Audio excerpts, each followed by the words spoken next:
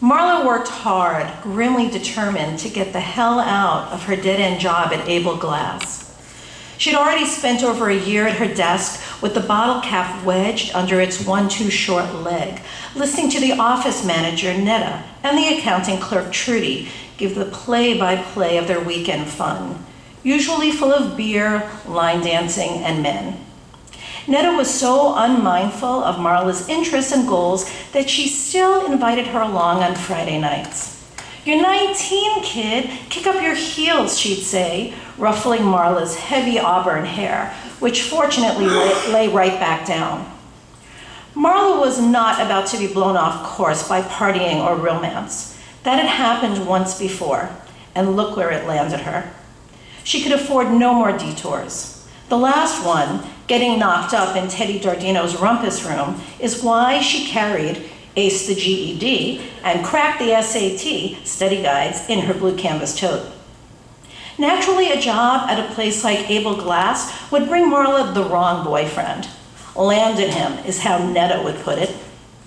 Casey came into Able Glass a couple of times a week, wheeling a dolly full of boxes, his khaki uniform shorts ending just above his smiling knees. Casey, machine-stitched in red cursive on a white oval patch above his shirt pocket. If Netta wasn't there, she was often out in the shop flirting with the guys. Marla signed for the packages. One morning, when she handed Casey back his clipboard, he handed her a tissue-wrapped lump. "What's this?" Marla asked, cocking her head. "For you," Casey said. "For me? Who from?" Casey stood in front of her desk with his arms straight down at his sides like a third grader. "Me," he said.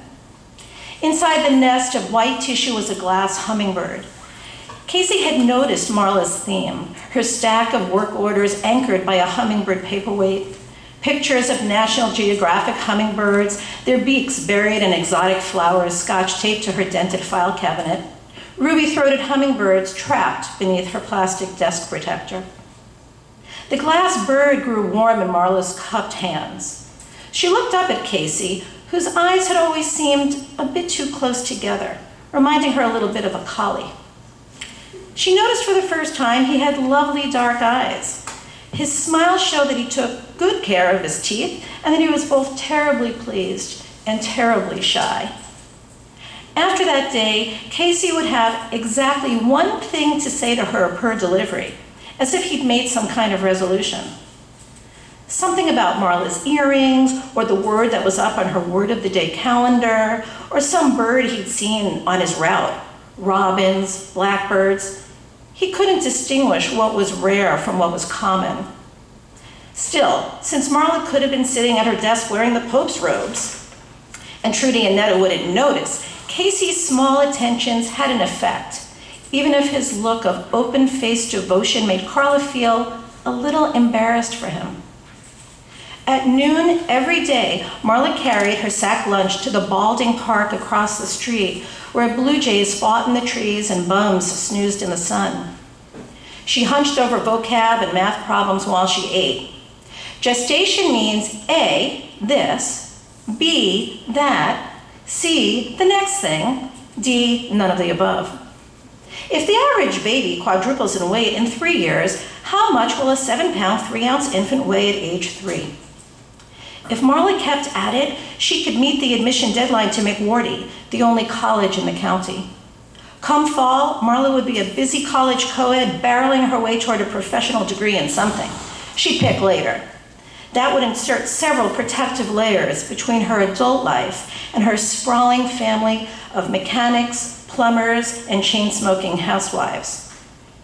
On the day Marla was to take the GED after work, Casey happened to wheel his packages up to Marla's desk just as she was discovering that she'd left her test registration at home. He stood by while she dug through her blue tote and dumped her purse on the desk, pawing through breath mints and grocery receipts and actually swearing. Netta walked in and stood with her hand over her mouth in mock horror, then waved Casey over and took the clipboard from him while he kept his eyes on Marla. "Can I help?" he asked, once his dolly was empty. Shit, what am I going to do?" Marla dropped her face into her hands. If she missed this test, she'd have to wait another year to apply to McWhorty. "Try retracing your steps," said Casey. That's what my mother used to say. "I know where it is," Marla cried. "No bus can get me home and back to the test center by 5:30. Casey's eyes went to the glass hummingbird perched airily atop Marla's posted headquarters. "Maybe I can help." That's how Marla came to arrive at the test center in a step van with a lightning bolt on its side. "Would you mind riding in back?" Casey had asked, wrinkling his forehead in apology. "There's a rule about passengers and I want to keep my job." This is his career, Marla thought, thinking a little less of him as she leaned through the turns, her eyes on the shelves of shifting boxes surrounding her. Still, she was grateful, and that made her think a little more of him. Plus, Casey was now one of the only people she knew, family included, who'd seen where she lived. She'd stepped on a Greyhound and moved to this town right after she'd given up her baby at the hospital a year and a half ago. It was the closest faraway big town she could get to. Casey had idled his green van by the littered steps of her downtown apartment building while she dashed upstairs to grab her test confirmation. And somehow, that made Marla feel closer to him, almost as if she'd read him a page from her diary. So it was easier to say yes when the next week he asked if she'd like to go to the zoo on Saturday. He'd done his research too. They've got a walk-through aviary with birds from all over, he told her. It turned out Casey didn't have a car. He's like a kid, Marla thought, forgetting that she didn't have a car either. "I could come over to your place and we could take the number 26 together," he suggested. But Marla didn't want him getting ideas. "I know what," she said. "I'll meet you there. How's 12:30? Saturday morning, Marla spread a beach towel over the aqua shag rug whose limb pile hid God knows what, and commenced her exercise regime. Doing crunches to tighten her stomach muscles was the only time she allowed herself to think of the baby, the fuzzy-headed, red-faced infant herself, and not her mother's sour look at her expanding girth, or how Teddy Dardino's father had offered her $300, or how she dropped out of school. Marla pictured the tiny fists and the wrinkled brow and miniature lips of her baby and wondered what it would be like if at this very moment there was a little girl sitting at the kitchen table behind her coloring. At such times, Marla felt the sweet and painful passage of possibility, with its cargo of hope and regret, as if she were rocking in a dinghy, looking up at the towering side of a gleaming ship as it slid by. It was thrilling and unsettling, and a relief when she let the notion go and was alone again at sea. Marla heaved her shoulders up from the floor, elbows touched knees, and again, and again. She reminded herself that she'd done the right thing, recalling her mother's grudging suggestion that she squeeze a crib next to her teenage twin bed at home. "What are you going to do that's not a bigger shame than what you've already done?" her mother had said, laying out a game of solitaire on the coffee table. But Marla managed to produce more shame by giving the baby away and escaping. In the shower, she analyzed her weekend plan. Going to the zoo with Casey, where would that get her? She had the SAT to study for. The warm water flowing over her gradually lured her into thoughts of the sun, then the zoo with its strange mixture of sounds and smells, the shrieks, the roars, the scent of cotton candy and animal cages. She hadn't been in years. And Casey walking beside her. How tall was he anyway? He was always standing up and she was always sitting down. Well, she'd find out when she got off the bus at the zoo. The bus. Marla twisted off the faucets hard and snatched the towel off the shower rod. McWhorty was on the 26 line. If she hurried, she could stop off and visit the campus on the way. 2 pillars held the arch that formed the main entrance to campus. Beneath the school's name, Latin words were chiseled into the granite. The O's angled like diamonds, the U's formed as V's.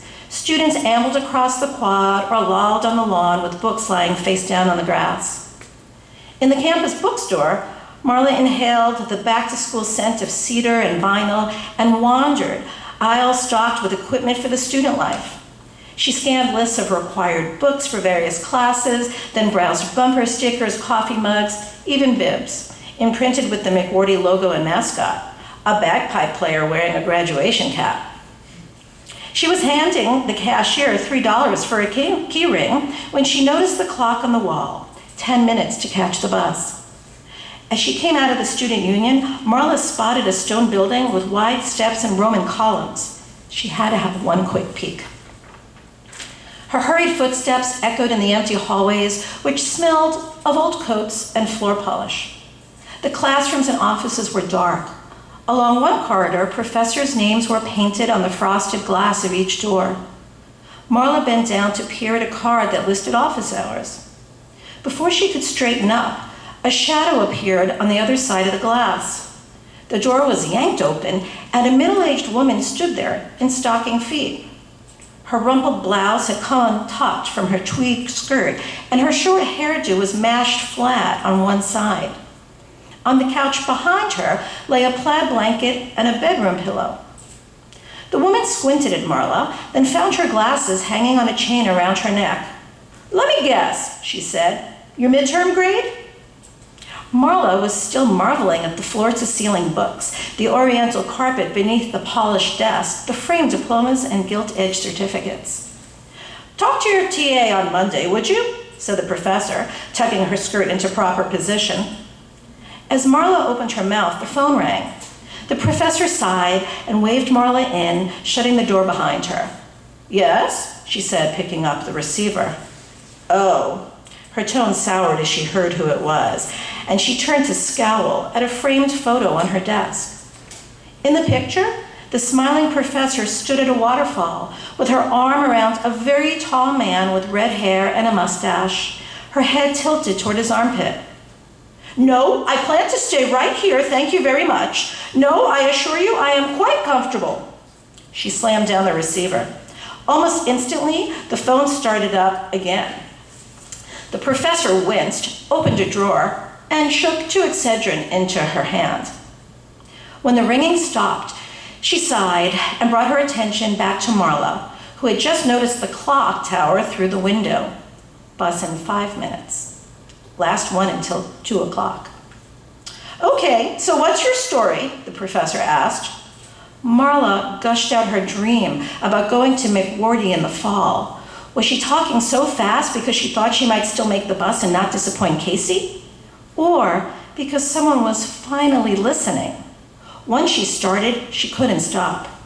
She told the professor that she was the first person in her family to even think about going to college. "I've had to work hard just to get where I am, and I hate where I am. I'm looking for opportunities. I want to find out what I'm capable of." "Well, isn't that refreshing?" said the professor. Marla looked at her uncertainly, trying to match her tone with the words. "And what kind of work are you doing now?" the professor continued. "How's your typing?"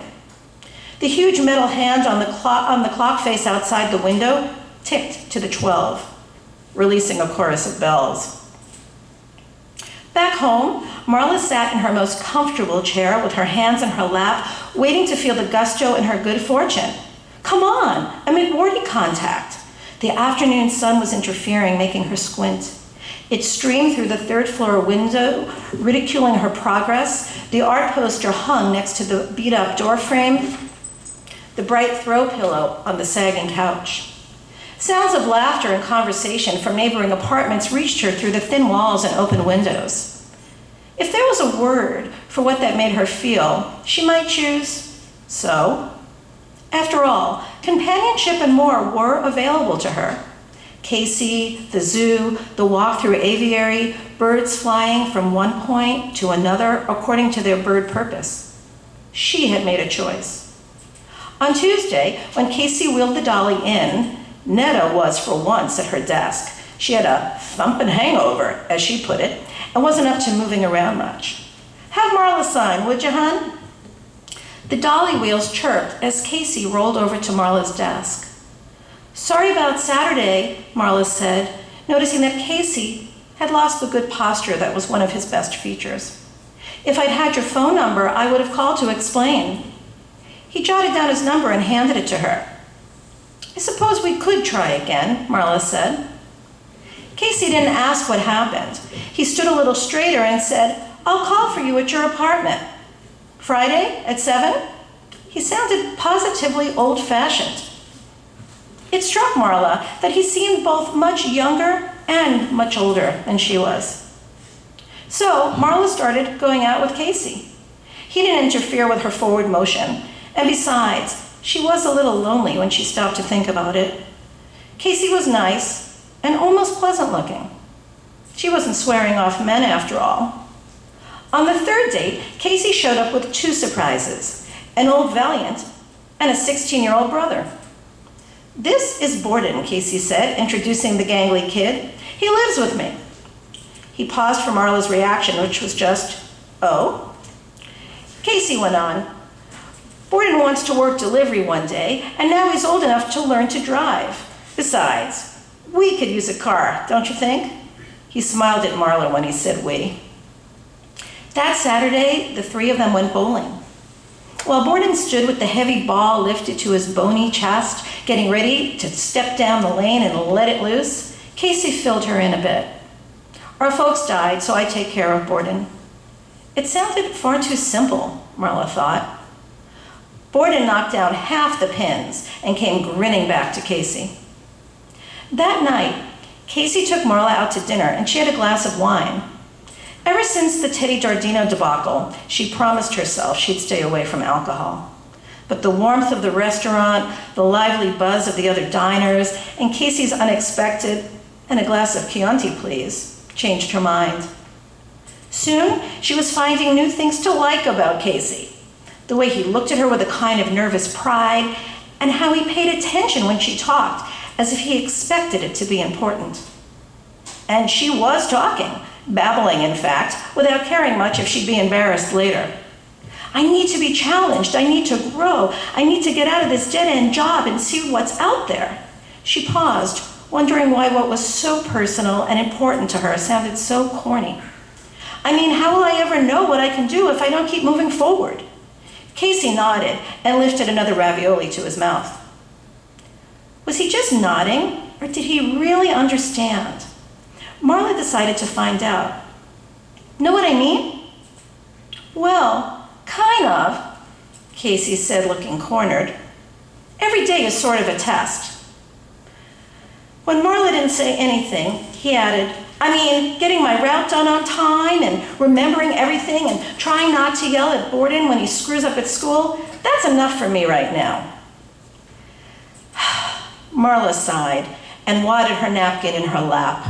Clearly, she needed to break things off with Casey. And to think that she had considered, okay, distantly, but with the wine, more seriously, inviting him back to her apartment that night. His tentative goodnight kisses had gotten her thinking naturally. Now she congratulated herself on figuring this out sooner rather than later, when things could get complicated.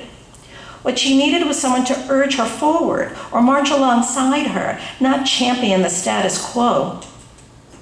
"And you, Marla, you're really something just the way you are," Casey said, sealing his fate. When Casey came into Abel Glass the next week, he told Marla he was looking forward to their trip to the flea market on Saturday, and did she maybe want to show him how to birdwatch on Sunday? Hummingbirds weren't out this time of year, Marla thought, and anyway, she was planning to give Casey the breakup news over coffee after the flea market. It would be hard on him, she knew, but at least he wouldn't have to see her at Abel Glass anymore. Earlier that week, the lady professor who slept in her office had phoned to ask if Marla wanted to interview for a clerical position in the department. Here I go, thought Marla, envisioning the gleaming halls and how hobnobbing with the professors would help ease her way into academic life. "I'm guessing you'll be a big improvement over those students who take advantage and try to do all their studying on the job," the professor had said. "Just make sure you're here by 1 o'clock. The office manager is coming in especially to interview you, and frankly, she's a bit of a Nazi." "Oh, I'll be there," Marla promised, brimming with gusto. Since it was the flea market, Casey assumed it was okay to bring Borden along. And it would have been, but how was she going to have the talk with Borden there? But when Marla made up her mind to do something, she saw it through. So when Borden was off getting a snow cone, Marla said, "Let's sit down a minute." On the bench, she sat a little further from Casey than usual. "We just don't have much in common. We're two different kinds of people. We want different things out of life," she told him, as if she were reading a list. As she expected, Casey looked stricken. This new expression made him look older. And for a moment, she reevaluated him, factoring in the new Casey, trying to imagine him in a suit or giving a speech. Unfortunately, here and now, he was inarticulate and his case unconvincing. "But I just really care for you, Marla," was the best he could do. "I know that you don't feel the same way about me, but I guess I was hoping that over time you might." "There is someone out there who will be perfect for you," Marla told him, imagining a sweet, pretty enough girl, someone untroubled by future plans. And she'd better count her blessings. Marla suddenly felt the sincerity of her words and leaned forward to kiss Casey on the cheek. His blue check shirt gave off the scent of laundry soap, which made her picture him doing the wash. Did he do Borden's laundry too? What did it matter? Then she told him that she needed to get going because she had a job interview and couldn't be late. A job interview? Casey wanted to know all about it. So she told him, "Why not?" "I'll drive you," Casey said. "Come on, I'll get Borden." Marla argued for the bus, but Casey was determined. "Please, you need to let me do this." As they drove, Borden in the back seat, knowing nothing of recent events, Marla was rehearsing answers for the interview. What if they asked how her hours would change when she started classes? How would she handle it?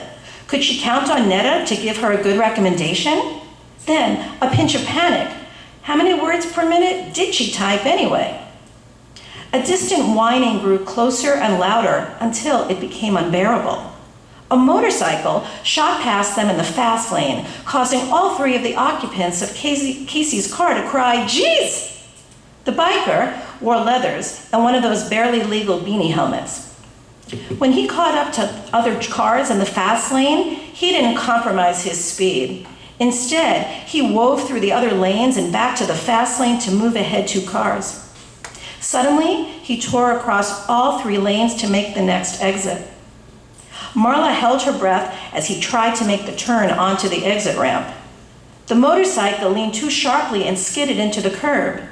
The rider, pitched off like a rag doll, slid along the road while his bike spun up the ramp on its side, raising a shower of sparks. Casey moved over a lane and swung his car to the shoulder. "Borden, the call box," he pointed, leaping out of the car. He sprinted to where the black form lay in the middle of the ramp. Marla remained in the passenger seat, the small car rocking as vehicles barreled by on the highway. Borden hung up the receiver and returned to stand alongside the car. They watched as Casey kneeled beside the man, who had somehow wound up on his back with his jacket over his head. Casey unzipped it, and Marla could see his lips moving as he bent down to say something to the man. A breeze lifted Casey's blue check shirt, exposing the pale curve of his back and the white elastic band of his underwear. Marla looked away, staring at the highway shrubbery at the side of the road, and picturing Casey bent over like that, taking care of ordinary things, tying a child's shoelace, fitting together a train track, planting a rose bush. The car rocked and settled again. In the years to come, that stretch of pale skin, the slope of Casey's back, had a certain staying power. It was an image that would appear to Marla at unlikely moments, when she stood before a burnished conference table giving a presentation about benefit packages, for instance. Or when she looked at the framed photo on her desk and wondered what expression appeared on her face when she answered calls from the man she stood with. Thank you.